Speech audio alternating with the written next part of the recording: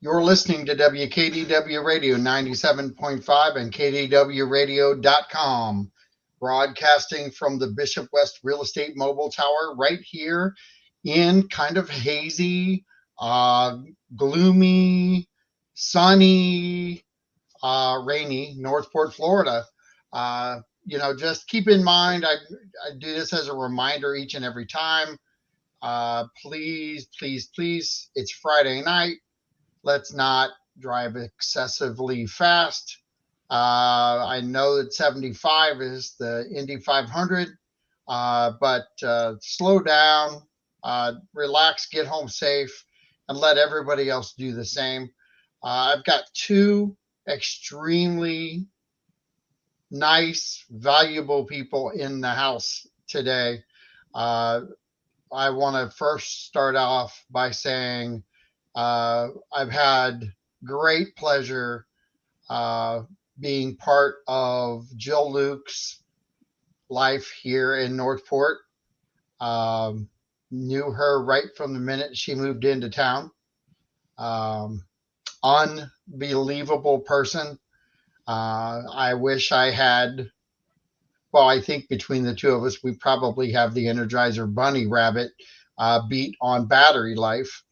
But, when someone gives their all, Jill Luke's name is right next to that definition. And I appreciate everything that you do, everything that you did. I hope that there's more of you to come in our future. And I know that in talking with you, there's some valuable time that you need to spend with a certain person that I'm positive you're going to have a great influence on that situation, and it's going to be a positive one. There's no way it's not going to be because of the person you are. So I would like to first off thank you and introduce Commissioner Jill Luke on the show for the last time, hopefully on the air. But Jill, welcome to the show. And Phil, just hang in there, buddy. We'll get right to you, okay? Not a problem. John, thank you so very much. I think I can speak for you and me. We're just who we are. And we don't put on anything or do anything that isn't ourselves. We have a genuine heart for people and for our community, our businesses, our kids that go to school, the students. It's there within us. And so I'm just hoping that I'm leaving some part of myself, within the community because of being able to be myself while I was in office. And you know what? You've added a flair to the position. You've made it your own for sure. The ability that you had to go out tirelessly from early morning to late evening. They once said commissioner's a part-time job. I never believed that the minute that someone said that to me, and you turned it into 4 full-time jobs because of your activity level. There wasn't anybody in this town that if they were in an event, you weren't at it. There's something to be said about that style of give back. And not everybody's going to be able to do what you did. And so the mark is not realistic, but the mark is genuine and heartfelt by a lot of people in our city and surrounding counties. There, you've made an impact across the board because of your participation, and really, I would say even the on the job training that you went through. And I'm kind of glad that we're talking jointly with this right now, because Phil is, you know, blessed to have someone like you to kind of transition um, him into the position. Well, And we are blessed because he even wanted to step forward. And he's very similar to me in some of those ways. He cares about his community. He wants it to be united. He wants to be hands-on. He learned what campaigning is, and that's not him the same way as it's not me. But being that public servant is, and that is where Phil is at. So I'm grateful that, especially stepping into my seat, it's somebody that's going to carry on that same type of legacy within the community. So I'm grateful for meeting him, and yeah, I will never forget that day, Phil, or that night. Either will I. That fateful night. Yeah. So this guy walks up to me. He was attending the fundraiser for the art center at Plantation, and we wore costumes. So this guy walks up to me with a bandage on his head. I didn't know if he was in character, if he'd actually wounded himself that day. And he starts talking about, being a commissioner. And I definitely opened my door, said, please come, especially knowing that he was coming from Welland Park and specifically from Grand Paradiso. So that was the beginning, was the bandage. absolutely. Right. So I I still have want to the ask you. picture. Go ahead. I still have the picture of the bandage on my head with the paintbrush in my hand, painting my little piece of that outside portrait outside the room at Plantation. That wasn't So easy. I'd like to take a couple minutes and tell people online right now. I've put a couple things up. I've got to believe that somewhere along the line, you know what the butterfly is from Mr. Chuck English. Do you know what the butterfly is, Joe? He calls me the social butterfly. And so he will oftentimes use that butterfly representing me. And Chuck and I, friendship grew over the 5 years that I've been here. And I appreciate him and the history that he has brought to me through me. And so, yes, sir. If you've got something that you want to say to Jill or even to Phil, I promise you I will pull it up. So type away. Really just keep things upbeat. That was a tight race that you've gone through. I know that they're still counting right now. Phil, how does it feel to be in, out, and in turmoil at the same time? There's no real turmoil. I think our particular race is finished. The certification process with all the new rules over the last couple of years necessitate reviewing and dotting all the I's and T's for all the elections. And some of them, I think even up to a night or so ago, still hadn't been finalized in the county areas. So I said, my race is done in the last 2 days. I think there's been a change of about 20 or 30 votes, some odd, increased in my favor. But at 500, nothing's going to change. I don't believe in the results, and it's just a matter of waiting out the process until the final certification. And what they say is, close only counts in horseshoes and hand grenades. So That what is you got to win is by one. Well, and I want to ask you a couple questions because Jill didn't have, I don't believe we went through this because I've only been at this about 4 years, but you might have because you kind of sat in a different seat differently than most.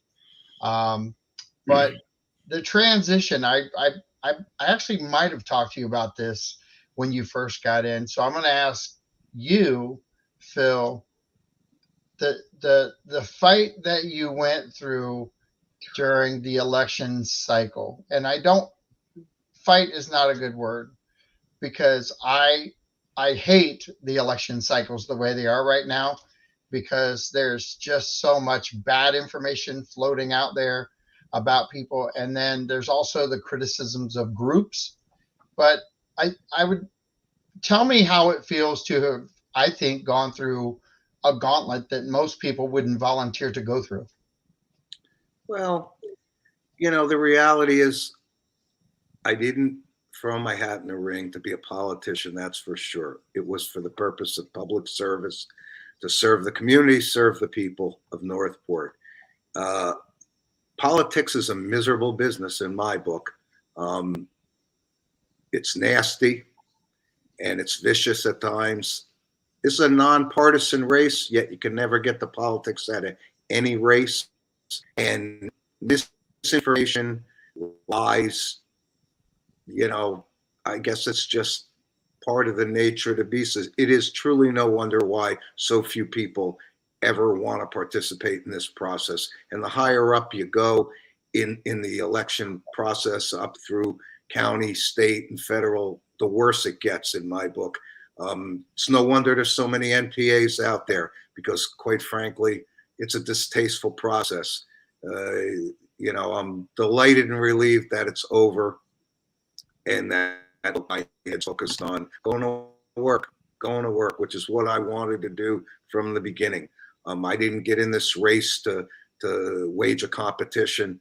I really didn't. I want to serve the city, and I intend to serve the city. And whether or not I had won or not, I would have continued to serve the city. So that's who I am.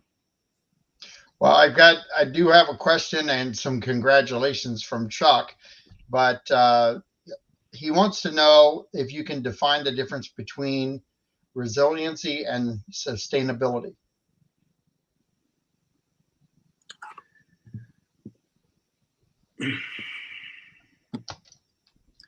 Well, I think resiliency is the ability to withstand. Uh, there's some overlap, I think, in the definitions, but to hold up under as opposed to sustain and maintain over time. Not sure what the context is of his question, but I see it basically the same way. Sustainability has a flair of maintaining to it, and resiliency is generally forecasting for the future or preparing for the future. So I see it the same way. They do have that overlap. A lot of people intermingle the terminology, but usually resiliency is building toward being able to sustain. Resiliency takes you to the sustainability.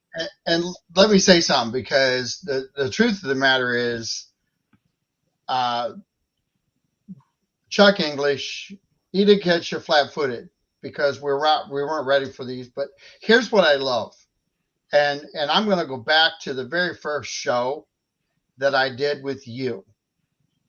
When you got done with that show, you went through the gauntlet.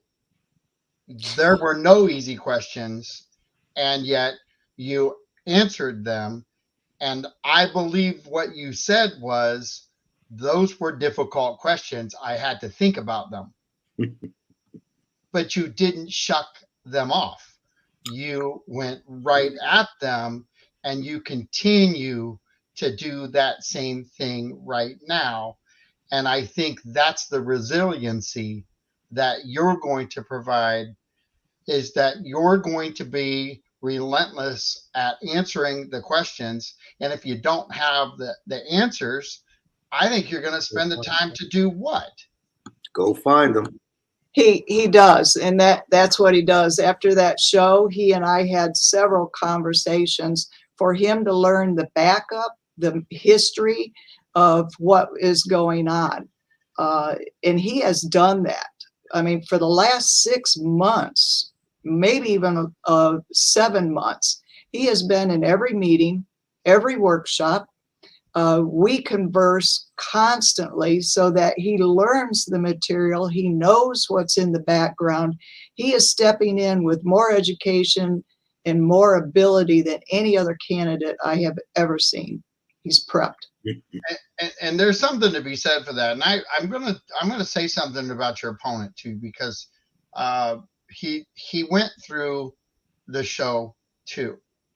And I really appreciated the fact that both of you felt the need to be on the show and to get your representation out. 4 years that I've been doing this, I would have loved to have held a debate, and I look forward to do that in the future. Sort of the timeline didn't play out the way I wanted it to because the hurricane and different things like that happened. But what I'd like to say to both of you is that while there is a lot of fluff that happens out there in some Q&As and they're easy to get away from, that doesn't happen on this show. And Jill's been part of the show. She's been part of the fluff. She's also been part of the tough questions. I know that Barbara Langdon was on, and Barbara Langdon towards the end of the show said, "I can't believe this is getting more difficult, John. These questions are getting harder." But she answered them. Well, And so did anything you. that makes you think, anything that makes you dig in to get more understanding so you can come up with the best solution is great. And Phil, with that being said, all of the things that you're learning about now that preemptively you were doing, where does that separate you from where you were, say, 3 months ago to now? Well, I don't think there's any major surprises. I think that there's, it's an ongoing evolution of understanding. Things are the way they are for reasons. There are processes, there's methodologies, there's a way in which things are done in government. Most people don't have a clear understanding of how many obstacles the rules and the laws and the statutes put in front of you. And for many people, you say, God darn, why don't these people just make a decision, do this, do that? And it's a process every inch of the way. I think that's probably the learning curve. The issues themselves, I think they've just become more refined. I mean, the goals, the direction, the things I heard from people all through this election process, I think it's crystallized, most of which I already knew, and certainly the existing commissioners and city management know. Our priorities are what they are. We need to clean up our infrastructure. We need to build back stronger. We have challenges ahead of us, but they're things that, are not huge surprises. They're just processes that take time, they take effort, they take money, and it's a matter of digging in and working in a collaborative fashion. This commission, up until this time, has worked together, pulling in the same direction. I believe going forward with me sitting on that commission, it will continue to do so. We see the vision for this city the same. We want to grow it. We want to broaden the base so we can lower taxes for our residential homeowners, bring jobs to the city, expand our city, and help manage this growth in an intelligent, strategic fashion. And to deal with the storm of, if anything, this storm taught us how it is to fix our infrastructure and rebuild our infrastructure. And for all the years that it's taken us to get to some of these projects like Price Boulevard, it's time to bite the bullet, get it done, We have the tools in place. We have the resources. We have the intelligence. We have the plan. It's just one step at a time and getting it done. And people have to understand it takes patience. It really does. You just can't wave a wand and the next day these problems are fixed. So I don't think there's any big. That's one of the largest learning curves that there is going into an elected position, especially if you're coming out of business. You're used to things going quicker. And that was one of the things that I had to learn after going into office, that actually it's better that you're taking your time, because I saw some missteps happen because they went after that first bite of the apple and then found out it wasn't the right direction. So after taking a little more time, looking into it more, then you come up with the right decision, because it's never about making the decision for the loudest voice or one section or sector of the community. It's for the community at large. And I saw some of those missteps happen because of one incident. And so they made a policy or they did something, and then it damaged so much more, and it had to be undone. So some of this process that bogs you down really ends up being a good thing. What are some of the things that, Jill, you want or have told Phil that and Run. run. I love that answer. It's a great answer, but No, I didn't so tell many him that. times I've seen you run into the fire, Yeah. not away from the fire, and now you're kind of getting the ability to run away from the fire a little bit. But what is it that you would tell him or have told him about how to start his journey as a city commissioner, and possibly inspire other people to get involved? As much as we want to not talk, about the election, Victor, I'm glad he ran. We had a really good, high quality person at least run. Not that nobody's qualified, but the fact that we've had people stepping in to at least challenge each other. This wouldn't have been a race if it wouldn't have been for both of these guys stepping up, because if only one of them would have done it, they're a victor. No pun intended, Victor, if you're listening. But it's how do you inspire the person in Phil, and what is the direction that you would tell him to go? Pretty much that's easy, and he's already addressed it. After meeting him with the bandage on his head, we met in my office and we were there for hours. And I articulated clearly that the office of an elected official is one of public servanthood. You're a public servant. This isn't a power thing. This isn't a control thing. This isn't a political thing. This is nonpartisan. We don't have platforms. We fix what is needed and necessary within the city, period. Not for private agenda.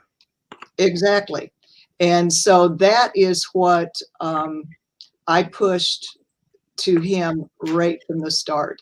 But that's who he is too. He is that public servant. So basically I was just enforcing or encouraging who he is. And I told him it was going to get lighter after the campaign. I warned him the campaign would be rough. He had the roughest campaign of anybody, of any race that I have seen, even our firefighters, because he had the support of both the police and the fire unions. Yep. And asked me also. They go out, the fire department goes out and helps people.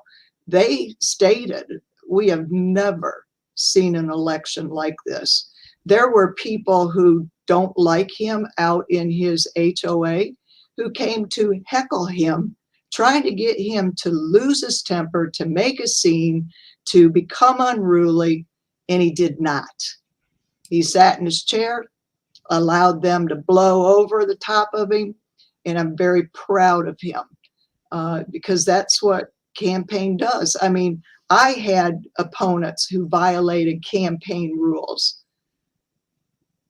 I know one who violated 4. I never turned them in, but there was probably more than 4 violations, definitely, within the battle that he had. And I will call it a battle because you're trying to hang on to your sanity. You're trying to hang on to truth. And when somebody lies about you, lies about themselves, lies about the issues, doesn't even fully know what the issues are, they're not up to date on them, where Phil was. Phil was up to date. He knew what the agendas were. He knew what was being discussed. And I filled him in on the history so that he had a round circle of information to make decisions and to come to conclusions. Does that mean that he and I agree on everything? No, I don't agree with everything, with all people. But that's the beauty of 5 people on a commission. You got all those voices coming from different backgrounds, different personalities, and it takes you to a higher level of an outcome. And I'm going to stick with you for a second. The people when they're leaving office, their availability is out there for Victor and Phil both to sit down and get educated. Was that pretty equal across the board as far as that time frame of what you would consider both candidates? Were they both readily available to sit down with you or asking to sit down? And Phil is the only one who approached me. Okay. He was the only one that was interested in gaining the knowledge of the agendas and everything that was going on. And it wasn't just Jill that I reached out Correct. to. As a citizen, you have the opportunity. Your government, your elected officials, and the city staff is available to the public. And I reached out in all those cases. Go into every meeting and every workshop. You have the opportunity to meet people. When 3 or 4 people are all that show up time after time after time, they get to know those couple of people. And it's an opportunity to speak with people about different things, ask questions, learn, try to understand. And I have to say, all 5 commissioners, city manager, assistant city manager, staff people, I have hopefully conducted myself over the past 6 to 8 months as if I was a commissioner in training.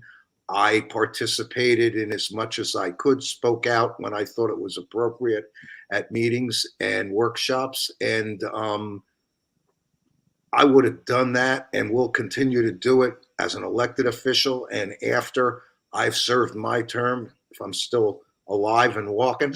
And, I think that that's something that people who genuinely care about their community should do. And I get it. People are busy. They work. They have other interests. I was retired. I made a decision to do this. But there are a lot of people out there who play keyboard quarterback, who basically look at what goes on around them in the world and have plenty of opinions, but never really dig deep enough to discern the facts and the realities of how things are and how decisions are made. And that's the kind of guy I am. I'm a sponge for information. Everything I hear and learn, I want to learn more about. And I think that's what it takes, because this job, I have to tell you, is all consuming. There is so much to learn. And I'll say this because I've done it with Jill. I've done it with exit strategies with commissioners who are leaving, asking them what people should do to run.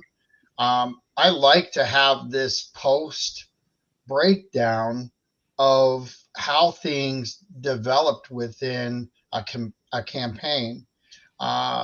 There's something to be said about envisioning yourself in what you're running for.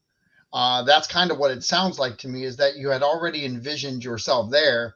So you were putting yourself into place. And if that were something that you could tell the next person who's going to run, that's why I ask these questions, is that Well, hopefully somebody out there who is interested in running is looking to see what is the right way to run a campaign. What is you the know right what? way to get yourself out? I really think, John, the truth of the matter is, if you're running to win, it's the wrong reason. From the time I started attending meetings and getting involved in the city, it was because I wanted to somehow make a difference and help. Whether I had won or not, I wouldn't have stopped serving the city. Believe me, there's opportunity to serve, whether as a paid employee, whether as a volunteer on advisory boards, whether it's as an elected official. If you want to serve, if you want to help make things better in this world, you find a way to do it. So if you run for office because your goal is to win or to beat the other person or to further a personal agenda, you're doing it for the wrong reason. So I would tell people out there, if what your interest is to serve and make things better for the people who live in your community, then find a way. There's a litany. Every meeting I go to, up on the screen comes a list of every advisory board position that's open. There are dozens of them. They're not filled. People don't attend. Nobody fills that chamber to come and listen. Yet, when something affects their pocketbook or affects their lifestyle, they're up in arms. Well, by God, make a difference. This world is not about complaining and criticizing and taking your marbles and going elsewhere when you're not happy with the way things are. It's digging in, it's working with the people who make decisions, who are part of the process, and helping things to become better. That's why I ran. And that's what I would tell anyone who's interested. Don't do it for the wrong reasons. You got to do it for right, because it is a lot of work. It's a lot of effort. It isn't for the money, that's for sure. And the bottom line is you have to have a love for it. You have to enjoy that whatever you do, you hope to believe is going to create value added to your city and to the citizens. And I mean, that's the reward in itself. It truly is. It is not about yourself. If it is, you're running for the wrong reason. And I hate to say it, but our government from the top on down is filled with people who do it for the wrong reasons. And I'm going to stick with you for a second, Phil, and because I'm gonna go backwards with Jill on this question, because I know what she did. But what is it going to take from you to build the bridges with the people who voted against you? Because with I, I wouldn't say a sounding result, I would just say a great voter outturn for both candidates made this competition what it was. Okay, but what is it going to take? What have you heard on the streets and through conversations with the citizens? What is it going Well, to take to build that relationship back? well, here's what's interesting. You talk about building a relationship back. I won in every single precinct except one. Interestingly enough, the Welland Park precinct. There, I lost, and predominantly it revolved around the issue of de-annexation, which my opponent continued to say was not an issue in this race. And the reality is, it was all about that. While neither one of us may get the opportunity to vote up or down on that issue, the issue of uniting Northport, of pulling people together as opposed to dividing, is the issue in this race and was the issue. I saw myself as the unity candidate and he as the candidate of division. because no matter how you cut it, a big chunk of Welland Park has this mindset, whether it was because they were sold a bill of goods by their salespeople. I don't know, but I can tell you this. Northport opened its arms to Welland Park. The collaboration, as I've said in the last 2 times I've been on your show, that collaboration between developer and the city brought about Welland Park.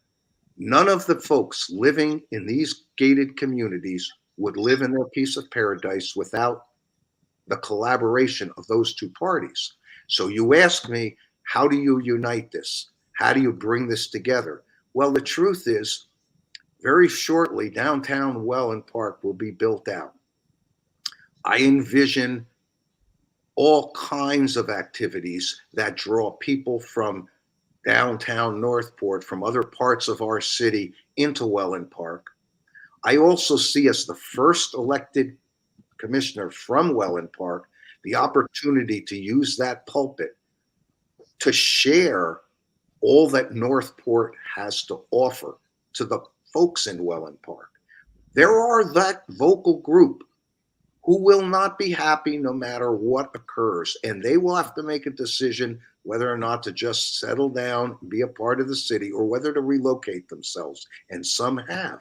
But for the vast majority of Welland Park, there is so much more opportunity as part of the city of Northport, and no one's ever educated them on it. No one's ever made them aware of it, because all they heard for the past 3 years was how they got screwed, basically, when they bought here and fooled into believing they were in Venice. That is not Northport's fault. I mean, you can't miss the pillars that say welcome to Northport. But I think that it's a distortion. So many people, because of the loud vocal efforts of a few, really have left many people in Welland Park with misunderstandings. There is over half of Welland Park yet to be sold out. And I will tell you this, over the next 2, 3, 4, 5 years, those people will hear both sides of this story. So my guess is, over the next handful of years, as the rest of Welland Park gets inhabited and built out over in the Playmore area, you're going to see that integration much more effectively than you did during the past 4 or 5. I think nature will take care of itself. I believe that as people see me represent not just the people of Welland Park, but all of Northport, we are a city united, and people need to appreciate that. You can pick and choose where you want to live. No one forces anyone to live anywhere. But by God, this city's a proud city, and there's a lot to be said for saying, I live in Northport. And I'm going to add something real quick, because there's a factor in what you just said that's all true. But I'll add one caveat to Welland Park, West Villages, and the make-believe thought process. We voted, myself and my wife are 2 of those votes, There you go. well before those houses were built, to bring that to our community. If you want to understand why the rest of the city is angry with a sliver of the pie who thinks they can do whatever they want to, they can belittle the town, they can do all these things because they just got here and they just don't like it. And yes, I will absolutely tell you flat out, 100% lied, 100%. I can say that. I sat in those rooms. I also educated my customers before they went into those rooms that that was what's going to happen. Okay? Because you only have to sit through one meeting at one time to listen and realize, as a realtor who has a code of ethics to follow, I'm not going to mislead my customers. That's right. Salespeople don't have a code of ethics. They work for the builder. That is They can correct. say and do whatever they want to do. And if you don't do your own research, shame on you. But The I'll tell funny you, thing, go ahead. yeah, Let me finish real quick go ahead. because this is a huge problem with me. Because if you're that lazy that you didn't figure out where you lived before you purchased, don't Shame. try to leave the city that is not just going at it, but they're going at it hard. They're talking about your community nonstop. It is relentless. It is a community that's being built from ground up. There isn't old buildings there. You're getting all brand new stuff. In 10 years, it's going to be amazing, but you're going to need new buildings at that point because those will be 10 years old. And then you'll be compared to the rest of our city when you're 10 years old, believe it or not. But for people who are listening right now and have been shoveled a pile of crap, your appraisal will never go on the other side of River Road. So the bull crap that they fed you about your property values are going to drop because you put the city of Northport on your envelope. I just want to show you how childish you actually are in believing that, because right now you actually live in the city of Northport. Everyone knows you live in the city of Northport, and your property values have not gone down. That's right. And you're still writing the city of Venice and taking pride in a fictitious, unfactual fact in your mind. Well, Put the city of Northport on, put Santa Claus, Florida. You're still going to get delivered with your address and your zip code. Go ahead, Joe. What I would like to see to put that to bed, just tell them that they can call themselves whatever they want to on the envelope. They can say Welland Park. I mean, that is Welland Park that they live in. So they could put Welland Park on it. They're still in the city of Northport. They still do not belong to the city of Venice or even the unincorporated portion of Venice, which that's what the old zip code was. But the envelope will arrive where it needs to go, no matter what city name you put. So they could actually put the name of the improvement district, Welland Park, and settle it. you know, though, to keep it in perspective, and I think it's important to do this, remember, you see examples of it everywhere in this country and the world. A small group of extremely vocal people can sway many, many people. You can fool all of the people some of the time. And the reality is that living here in Welland Park, there is a good percentage of folks who are not and do not want to really leave the city of Northport. They are influenced by only the information they've been given. Right. And they only hear and know what they've been told.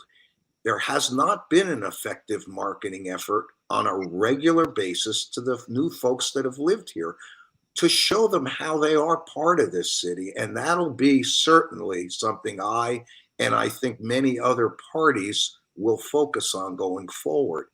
There's a lot of people in this city who love living in Welland Park, who frequent Northport, who don't see the distinction. I'll be honest, when I moved here, I didn't even know what West Villages was or Welland Park.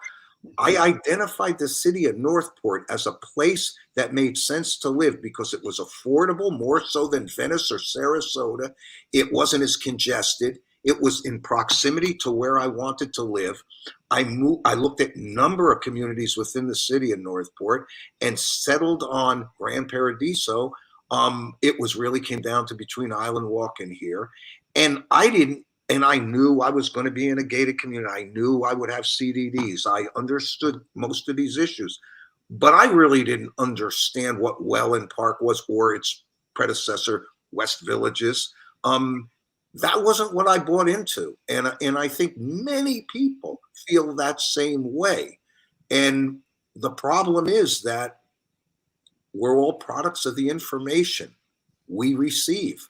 And I do believe that over time, this issue just settles out and people will come to be comfortable with who and what they are and where they live. Those that really can't get over it, well, most likely those people will leave. And there were a few who frequented early voting who are actually in the process of moving out of Welland Park or out of the West Villages, so. Jill, you got something to add? I do. We were advised legally during this past 3 years while this de-annexation was in court and everything that we really couldn't do a lot of marketing, education, and stuff like that. We had to stay quiet to protect the city. That is over. It is not in the courts anymore. Now is the time to seize the educational aspect and get out there and bridge that gap. They have all sorts of negative, untruthful things being spread out there. We need to tell what the truth is, what the reality is that needs to be told. And now's the time to do it. And we've got a mouthpiece out there so that if people really are interested in the truth, they can go to their representative right there in their, in their community and ask, is this the truth? And Allison has something that she wants you to read out. Okay. I guess it's what she said right here. Yeah, I blew her a kiss. That kiss wasn't for me, Allison. No, that kiss was for you, Allison. Thank you so very much for chiming in. It's appreciated. Appreciate everything you do. And I'm going to say something else because we, I run the Northport Buckeyes, and we've been given food and underwear. Awaken Church has done an amazing job getting help, food, assistance. Not just recent. They have been doing this 11 years. Yeah, I mean, amazing group of people. Kudos goes out to Awaken Church and the staff, the people who donate all their time. I know Jill has been there. I know that Debbie McDowell has been a stable hold on giving bags out, and I've gone over it. Barbara Langdon has been there. Just people are doing great things. I keep saying this over and over again during this past hurricane. There are lots of people doing many, many great things. And I think when you look at the great things that are happening, and it is not about you, it's about people, it's about your town, it's about survival. That is exactly what Awaken Church is representing on Fridays when they do their food drives. It's what they do constantly throughout the week. So, Allison, please deliver to Larry and his crew and to Pastor. You guys are much appreciated, very valuable to our community, and keep the good work up. So I just wanted to throw that in there. And John, being in the position that I'm in and known throughout the region and even beyond, I had people from out of state reach out to me. We want to do this. We want to do that. We've got a semi. Who can we link to?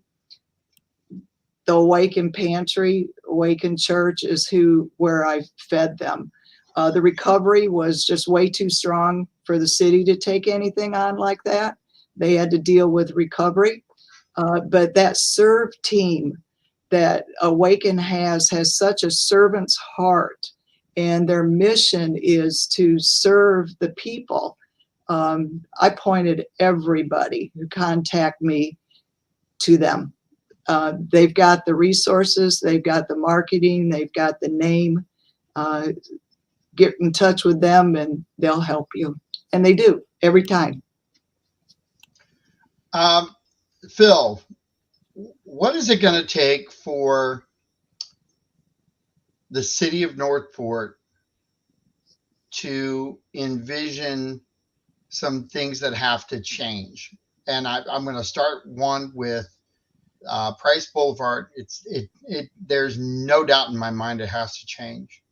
And then I want to lead into Warm River Springs because we have to provide some attention there also. But what's your thoughts there? Fortunately, the citizens supported the two referendums that were essential to really get Price finally underway. The referendum to extend the surtax, the penny surtax, and to allow us to go out and secure the bonds necessary to front the money to do Price to be paid back by surtax. That's been approved by the citizens. I would say it's probably, again, without, not that I want to speak for city management, but I would say for everybody, it's probably the highest infrastructure priority right now. I'd love to see this thing launched so that in the very near future, you see the bond offering out there. That is a process as well. It takes a little time. And I think that, within a year or so, you're going to see some actual activity. I haven't been involved in the banking community. I mean, I know it takes a little period of time to issue bonds, but the plan is there. That needs to get going.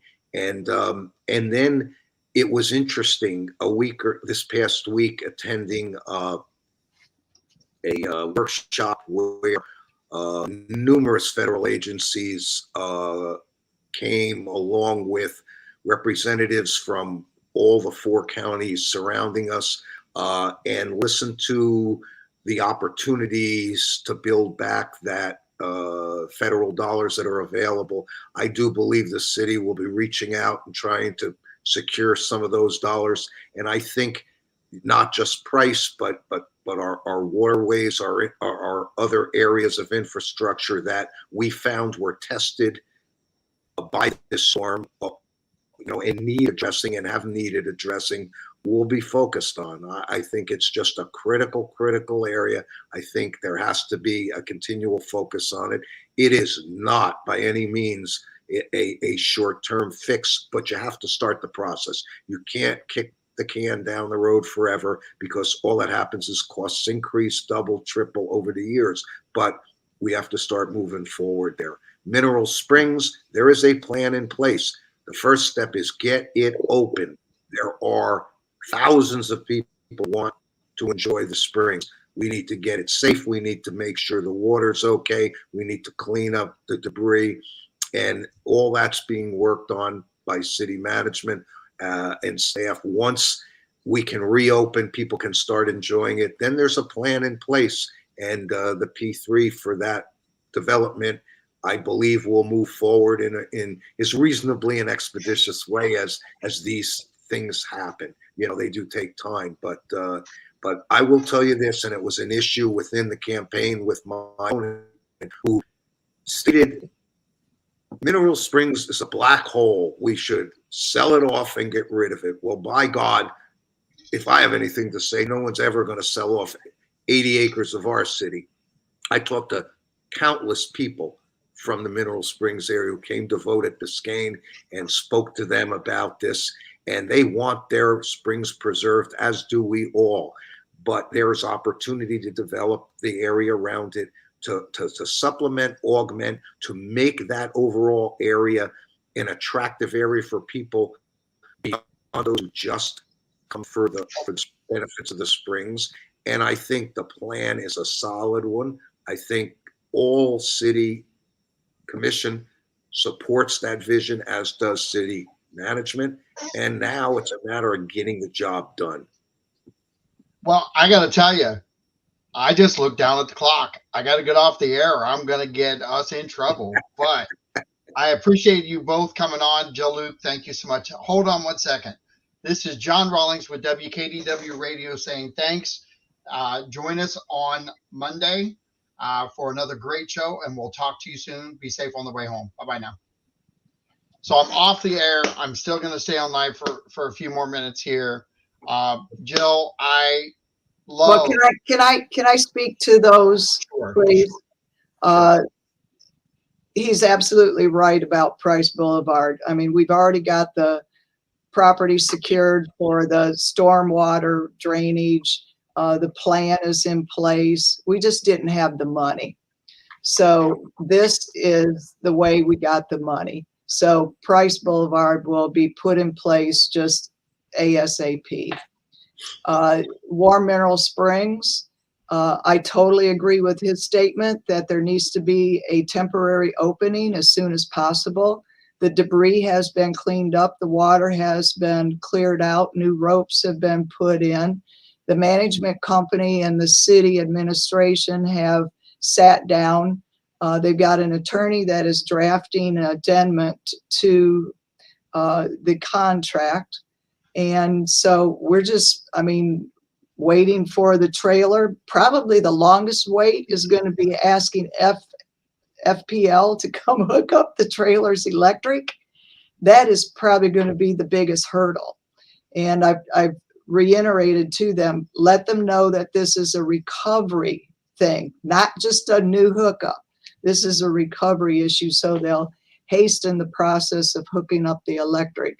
So it's not that people have just sat still. We are working on it, but there is legal aspects that you have to do. The P3 will come back again on the 22nd. That is the next step in that P3 ordinance and process. We've never done that process before. So there has been some hiccups of understanding how it needed to be interpreted. But I believe those hiccups have been resolved, and the 22nd should set us back on course to get that P3 going. There's even a comp plan change need to be done because that wasn't completed when the ordinance was put in place. So there's some work to be done on it, but I don't want to see that go any longer than 6 months. I am the only commissioner who goes there regularly. I think I'm the only one from even the past that goes there regularly. That is a sacred place to me. And I totally understand those 120,000 that attend it yearly. It is a moneymaker, nearly $1 million this past year. And my say is even if we have to rent the trailer city-wise and it's $1,500 a month, so what? Look at what you're going to get back in the the ticket prices. That's a no-brainer. You get it in for the people first because that's the right thing. And then you handle the P3, but get that thing open as soon as possible, please. I've got one more question or one more little statement from Chuck, and it's 80 million for less than 3 million. I'm assuming that's what he's looking at budget wise, expenditures. And I'm not going to go to Phil on this. I'm going to stick with you, Jill. Yeah. And I think you kind of addressed this just a few minutes ago in what your belief is, but I want to look at this a little different from another angle. Take our parks out, take our pool out, take Warm Mill Springs out. What do we have? You have a boring city. You don't, I mean, you take anything out of parks and you're not providing amenities basically to the families. But you take Warm Mineral Springs out, you have taken out the history of not only the county, the city, but the state and actually all of the North American continent. That is an ecological treasure. So no, that cannot be removed at all. It needs to be addressed. It needs to be cared for. The P3 company coming in will take it where it needs to be. Here's the thing. The reason I said that wasn't related to the 80 million. Um, it it was really related to if we just did those three things. Seriously, uh, what do we have? We have land. That's what we have. We don't have any other. We No, don't have coastal frontage. We don't have big water frontage. We don't have lakes. We don't. We have ponds. All right. Let's not joke about what we in have. stormwater and retention ponds, it's not natural. Right. So And it's these. This is a. And as much as I have thrown my arms in the air over Warm Rill Springs, it isn't because I want it gone. It's because I want something done with it. tell me, And I've been there for 15 years. I was ready to quit my job at Patriot within the first year so I could help run Warm Mineral Springs. I saw the treasure that it was and what it can be. I saw the sacredness. I saw the health and well-being of it. And it's been close to 15 years, 13 years that I have been waiting for this process to get in place. there are so many things that need to be addressed and need to be focused on. And while Warm Rill Springs is one of those things, we have many others. I look at Price Boulevard not as the post hurricane, oh my God, we got to do something. Sorry, I'm that guy who's been saying we should have done something 15 years ago when we knew this was going to happen to us. It was in the plan. I have got the plans for Price Boulevard right behind me on that shelf. In 2007, it was supposed to have been a 3-lane before it got developed to a 4-lane. If you remember, though, in 2007, everything was at the height, and here comes this crashing recession. So at the city at that point in time, they pulled back. We don't have the money. So we're ending up where we are, having to do what we are doing because it wasn't done according to the plan. Well, I don't want to see 3 lanes. I want to see 4 lanes. It's a boulevard. Boulevards are 4 lanes. We are outgrowing 3 lanes yesterday. Well, it's designed to be the 4. Yeah, with that center turn with some beautiful cobble work. But the plan was to expand it as the community grew, and it wasn't done as it grew. So we ended up with a failed road system. And the reason that the LOS, the service level, is at a D for roads is so that you're not constantly fixing up roads that are still at a B or a C. You know, you can still have a road that's D, that's traversed, but when it fails gets an F the way that Price does, look at what we're having to do. We're having to find the money to get this done. If you had a higher level of service on all the other roads, you're trying to find money for all these other roads that haven't even failed yet. Right. So that is why it's at that level of service. I have to tell you, John, one thing I've come to appreciate as I get more and more involved in government, you know, as I'm ready to start to serve. It's easy to get caught up in the regular routine of day-to-day governance and management of a city.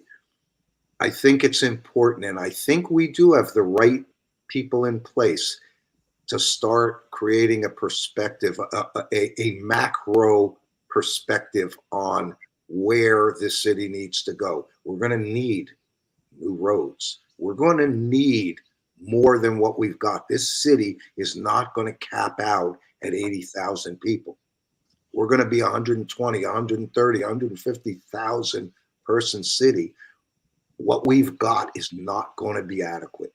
And if we don't start planning it and strategizing as to what we're going to do on a macro scale, we're going to find ourselves up Well, against pressures all along. And that started. Well, that's the shift that has gone on since Jerome has been in. It's always been, we're afraid of spending money. We're afraid of obtaining the money. We're afraid of doing this or that. We've got to cut the millage. We've got to cut the budget. Well, when you do it and you're growing, you're going behind. And so it was always this, we're going to put a Band-Aid on something instead of actually, as Phil was talking about, keeping on this schedule, keeping the roads maintainable as they should have done in 2007. But with Jerome, you've got the pillars. You're looking at those schedules. You're setting that future, that look to the future, and you're keeping your eye on it. You're figuring out how to get there for the future. And that build out is 267,000 people in this city. It's an investment in the future of Northport. That kind of visionary thinking has to go on now. It really does. And I see that. We are too big. We are too big now not to look to the future. And I think that was, I'll tell you this, that was also something that I considered a defining issue in the campaign that nobody really focused on. Okay, you had a candidate, me, who sees that, a growing city. And I said it to so many people who came to the tents, who talked to me about, the economics of our city and the tax, the tax burden they felt. And people needed to realize this is a growing city. We are not a capped out city. We're not under control growth like Sarasota. We have 104 square miles and plenty of time to grow. And people keep coming here because we're so attractive.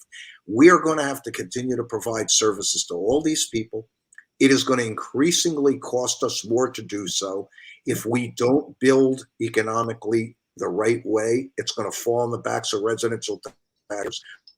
We are going to have to build out our city to sustain and cope with this growing population.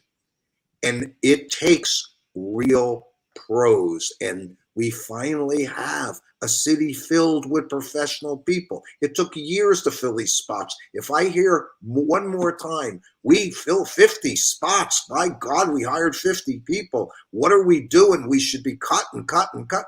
I mean, for goodness sakes, some of those positions sat open for years trying to get filled. We finally have a team, and we still have more to go to really launch ourselves into the future. And thank God the leadership. I think the present commission, I think staff and management in this city are all share this vision. I'm excited. That's the biggest reason why I ran, because I want to participate in this. The next 5 to 10 years will set the next 50 to 100 years for the city of Northport. That's the biggest reason I hate leaving, because I still want to do. That's right. There's a lot of stuff still to do, and we're at the point where we can figure the things out and we can look at the pathway, and it's exciting to me to be around a group of people, a team that works toward that goal. It's awesome. It is awesome. And though the city is in a whole lot better shape than when I came in, even in policies, procedures, things like that, they didn't exist. Oftentimes it was a good old boy system that just interpreted however they wanted to. So you have to protect yourself legally with processes and procedures. That has even developed and gotten where it needs to be to interpret, to have the environment addressed, and don't think that it's just development, but you have to address the environment too. So we're finally getting our heads wrapped around all of these things, and Jill's got to step away. But you're not going to shut me up. I'm going to be sitting in that seat. Right. You'll have more freedom and influence than you probably did sitting on the commission. Well, the largest Luke unchained. Yeah, the largest decrease is I'm not in the office able to have meetings with administration, brainstorm, because that's what I do when I'm in meetings with them. We're brainstorming. What about this? What about that? I think this, I think that. What do you think about this or that?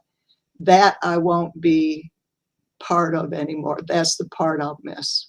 I love brainstorming. Finding conclusions and solutions. I love it. And really, I hope that the listening audience appreciates everything you've done and the vision that you've had, that you've laid out effectively with others. Uh, you know, I've been here 24 years, and I've watched people talk. I've watched people get elected, and then they talk.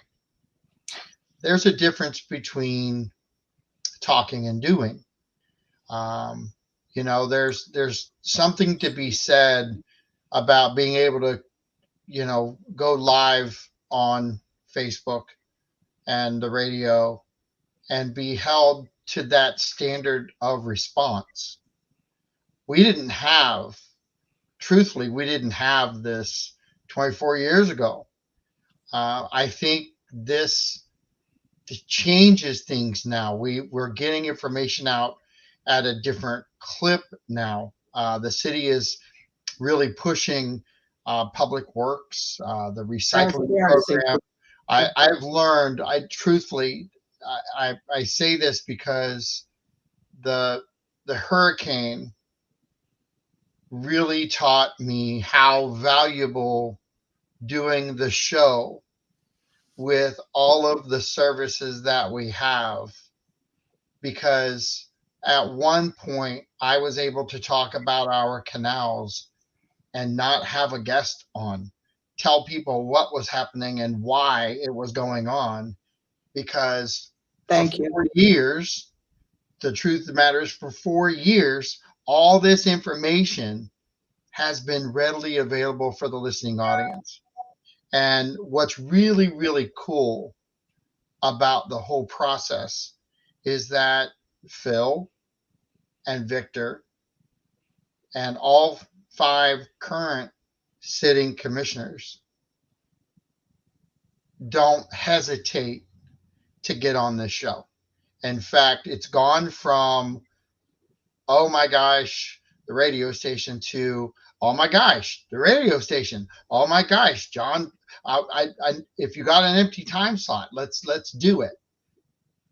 That ability to pull commissioners in and staff and different aspects of our city and surrounding communities, by the way, has just, there's so much power in conversation. And we've literally just stayed on an extra, 5 or 8 minutes, maybe 15 at this point, but we do this a lot. And it's because people like you, and the other commissioners have decided that this is really where it's supposed to happen. Is the verbiage is supposed to get out. We're supposed to crush bad information. We're supposed to focus on reality of what Jill just said or what Phil just said. Don't listen. And it's the same thing I say about FEMA. If your neighbors are getting rejected from FEMA, tell them to go apply again. 3 no's, get 3 no's, and go sit down with someone. That's what we do on this show. We actually sit down and we dive into these problems and we dive into these conversations. This is relentless communication, and that's what you should be doing with your homes. Don't pay attention to the naysayers. Don't pay attention to the people that are telling you you can't get help. The phone's always open. How many meetings have you taken, Jill, over your, what, 5 years? Yeah, 5.5 almost to the day. Yep. And so 5 years into this, it's that your door is open. You're able to take those phone calls from people. It's my door has always been open, and the phone always available. Uh, when I ran, the first term was for the year and a half, and then the second one was for 4 years. But both elections, I did not have a topic, an issue, a promise, a platform, nada. I came in just saying I would do my best to do the right thing. I would look at the city as a whole and simply do the right thing. And I pray to God that the people that I have represented um, can say that that was what I came in and I was able to accomplish for the whole of the city, do the best and do the right thing, and not be presenting some agenda or pushing some topic or have a complaint about something that I'm coming into, to change or to see somebody get fired or whatever. No, I came in to do the right thing, and I tried as hard as I could. Well, we love you. And I know that you've got to do some things for you and your family. So I'm And going to need a lot of prayer for this one. you are. And, you have, we joked with one of our friends because yeah, he not only takes a village, he's got like a whole county of villages. But you are blessed because you have affected so many people who thinks so highly of you and really only want you to have great success at the end and make sure that you can get on the air. No, we're off the air, but we're on Facebook. But Hello. uh, that is one thing that, to me, an elected official is a representative of the city. And so I try to engage and represent the city out. I tried to do it professionally. I tried to do it with as much class as I could, with as much respect. And I just so appreciate the reception that they gave me out in these other areas. There's a lot of respect for Northport. We are no longer that redheaded stepchild that people talked about in the past. We are a mover and a shaker. And what we have in motion after this past year, year and a half, we're unstoppable. Uh, Ian, yep, we're going to have to continue to move forward while we recover. So we've got to come up with some really good strategies, but we cannot waver in this forward motion that we've got. So keep it going, keep going out. Phil, I'm trusting that you will keep those coals burning. And I mean, you're going to be loved by everybody that you go to, but go out and represent the city to the best of your ability. And I will. And I do want to say, for the record, for everyone who's still out there listening, Commissioner Jill Luke has set the bar for public service. And it is a bar that all of the existing commissioners, all the future commissioners, me included, should strive to meet. She has built and carved her legacy in the city. She's loved by everybody. She has huge shoes I will have to try to fill, and I will work as hard as I can to do so. She has become a dear, dear friend. She'll continue to be so. And I'll tell you, she will always remain a dear friend to everyone in this city. So thank you for your service, lady. All right. Well, I'm not leaving the city. I am always here for backup, for history, for education, whatever. I'm still a lover of my city, my community, and the citizens who reside here. I thank them for their support. I thank them for their love, and we're just going to keep shining that light in the city of Northport. That's right. And Phil, I'm going to tell you congratulations. I also want to say, Victor Dobrin, I appreciate the fact that you came on the show. I really appreciate the fact that you volunteered to run.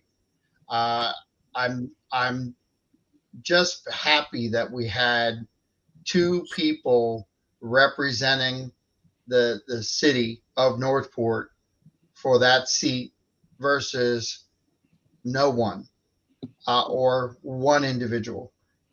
It's going to make it a better place. You're going to do a great job. I have the utmost confidence in you, and I look forward to having you on the show more, as you get your feet wet in this lake that you're about to jump into. I just hope that you have a life raft. That's me. There you go. There you go. And I look forward to coming on again, John. You know that. I enjoy it. I enjoy being able to speak out on the issues, and I hope that more and more people listen to the show and get involved and step up to help our city. So Absolutely. thank you again, sir. Well, All right. I understand that there are people who can't, and I love them just as much, and I will hear them all that I can too. Thank you to all of those who do volunteer and step up, but become as educated as you can. And that way you've got a relationship with your elected officials where you can go to when an issue does arrive. You guys have a blessed day. Enjoy yourself. Jill, I know hugs away. You know that. Yes. Phil, get in there, do your thing. I'm proud of you. It is not an easy thing to go through the gauntlet of an election process. And kudos to both guys because both of them survived it. No matter, and I say this because I truthfully, with 50% of the vote on both sides of this, there are people out there that need to be pulled together and educated, and not just with fluff. And you that are out there listening that have already made your mind up about everything, do yourself a favor. When you're locked into a decision so firm and so hard that everything else doesn't seem to matter, you might be wrong on at least half of it. Open up your arm, open up your hearts, open up your minds, embrace where we're at. Let the chips fall where they may. But if you don't learn to enjoy life where you're at today, just ask yourself why you're here. And that's all I got to go with. So we got a great town. We got a great environment. We've got great leadership. We've got great resources. If you're having trouble with FEMA, be relentless with FEMA. Tell your neighbors that everything is about going and seeing them. Don't tell them it doesn't work. I will promise you, I've already started making it work and I have no damages. I'm just helping my past customers get through the system that is supposed to tell you no. That's life, by the way. Well, Go if ahead. if somebody is reaching out to FEMA before they have gotten their estimate and their own insurance has come out, they're going to tell you no. FEMA has to see what the insurance has assessed it at and stuff before they will help. So if they went in early before that part was done, it's going to be a definite no. Yep, that's the first no. But then you got to go through the process. And if you just throw your letters away and act like nothing is going to happen, I will promise you, nothing will happen. It's almost the same setup for your insurance company. If your insurance company is telling you, here's your check, just remember, you got to get everything repaired and your deductibles paid. And They have more money. You just have to go back and fight for it. So they're really telling you no on a little bit, but then you got to go back and you got to collect. Just keep in mind, this is where you fight for where you're at. Gee, think about that. The rest of the city of Northport is fighting for keeping our town intact before y'all got here and thought you were too good to be here. Uh, We're fighting to keep that too. Go ahead. There's some people who, and I'm one of them, who believes that a vote for de-annexation should be an entire city and not just the people who want to de-annex. That is part of the statute, that it is only the people who de-annex. I will tell you fully, I have already written last year the legislators trying to get that statute changed. To me, that is vitally unfair. It should be, if it's the whole city voting to bring them in, it should be the whole city voting to remove them, because that piece of the city has become a vital part of the city and it affects everybody else. Now, if it didn't develop, if it wasn't becoming an urban area, then yes, I can see where it's justified of being de-annexed. But it fits every aspect of that statute. But the only thing of that statute that I believe is wrong, and I'm still going to be speaking with our legislators about it, that part needs to be changed because it affects an entire city, not just a small area of it. Awesome. Phil, last words? Last words. I look forward to serving this community. I look forward to serving the citizens of Northport. I'll do the best I can. I'll work the hardest I can. I'll do it with honesty. I'll do it with integrity, and I'll do it with dedication. And all I really want to be is a good public servant. So I thank you for the time on the show, John, and I'm sure it won't be the last. Absolutely not going to be. Jill, love you.